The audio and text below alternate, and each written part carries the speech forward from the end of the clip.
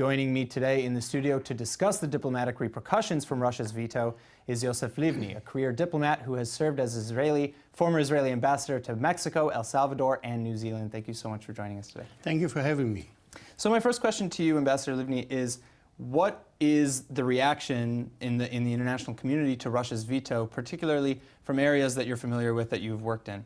Well, I'm sure that most countries express a wide variety of reactions stemming from shock, surprise, not surprise, disbelief, because obviously most nations would tend to agree that the use of chemical weapons is something that should be punished, and that the Security Council is the proper venue to discuss different actions that may be taken in order to investigate what really happened there. It is unfortunate that, as in many cases in the past, there's always someone who vetoes a resolution, not because the resolution in itself is negative, but because they want to keep somebody's back. And right. I think this is what happened. So, you know, Russia isn't just defending the Assad regime, they're actually denying that Assad is necessarily responsible for it without getting all of the facts. You know, what kind of message is that sending? Look, I think that the Russians are not going to abandon the Assad regime. He is their ally.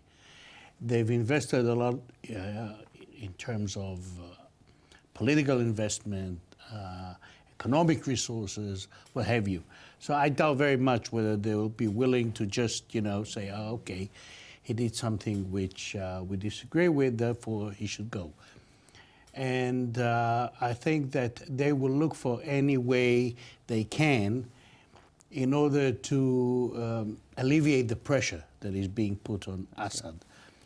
And if nations, if the West is calling for Assad's replacement, then they will try to do whatever they can in order to make sure that he stays there and that their investment, the resources they've invested in Syria are kept, are saved. So what might we expect in the coming future? You know, the United States is sending in more airstrikes this time against ISIS, but still within Syrian border, it's still, you know, kind of a toss-up on who it is that they're attacking. And if they try to oust Assad, if that's an actual attempt from the West to push him out, could that be a new Cold War or a new World War? Look, the U.S. has intervened in Syria in the past, so bombing ISIS strongholds is not something new. Right. They will have to find a way to coordinate whatever is happening there. Because one thing I'm sure neither of them wants is for some aircraft belonging either to the US or to the Russians being shot down by one of the other. Mm. I think that will create an untenable situation. And I think that both countries, they may disagree on Syria. They may look each other, and try to look at the, convince the other one to back away.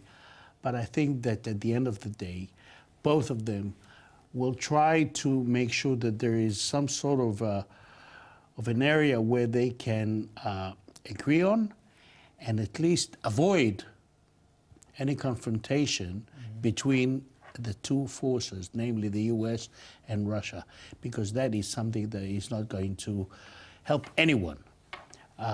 Is it going to degenerate into a Cold War? Well, the kind of language that is being used over the last week does look like some sort of a Cold War. Let's hope it stays within diplomatic exchanges and doesn't degenerate into something far worse. Of course. All right, so that brings me to my last question actually. If you have Russia with veto power and, you know, the dialogue that's currently being heard coming out of Moscow and from the United States. What can be done, to create an international action against Assad or against Syria's grievous behavior? I think that that one of the most important issues is for all the relevant forces, the stakeholders, if you wish, in Syria. They all have to agree on at least what do we do about this chemical weapon stuff? Mm-hmm. How do we start investigating? This is a very tall order, because what if you find out that the Assad regime really did use chemical weapons against civilian population? Mm-hmm. What happens then? This is something that I don't see an end to this confrontation or in the near future.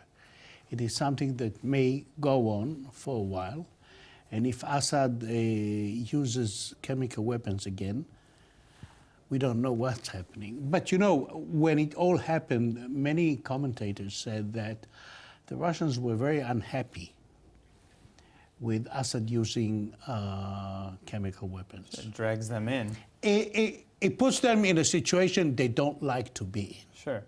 They have to defend something which they don't want to. Mm. So hopefully they will play some sort of a constructive role, trying to calm Assad down, make sure that he doesn't go beyond a certain threshold. To rein him in, basically. Exactly. I think this is the main task at this point. How do you make sure, how do you ascertain that Assad doesn't feel that he can do whatever he wants?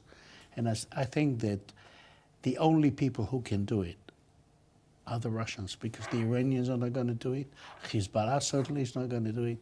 The only power that can apply sufficient pressure on Assad is Russia. All right, Ambassador Yosef Livne, thank you so much for joining me today. Thank you.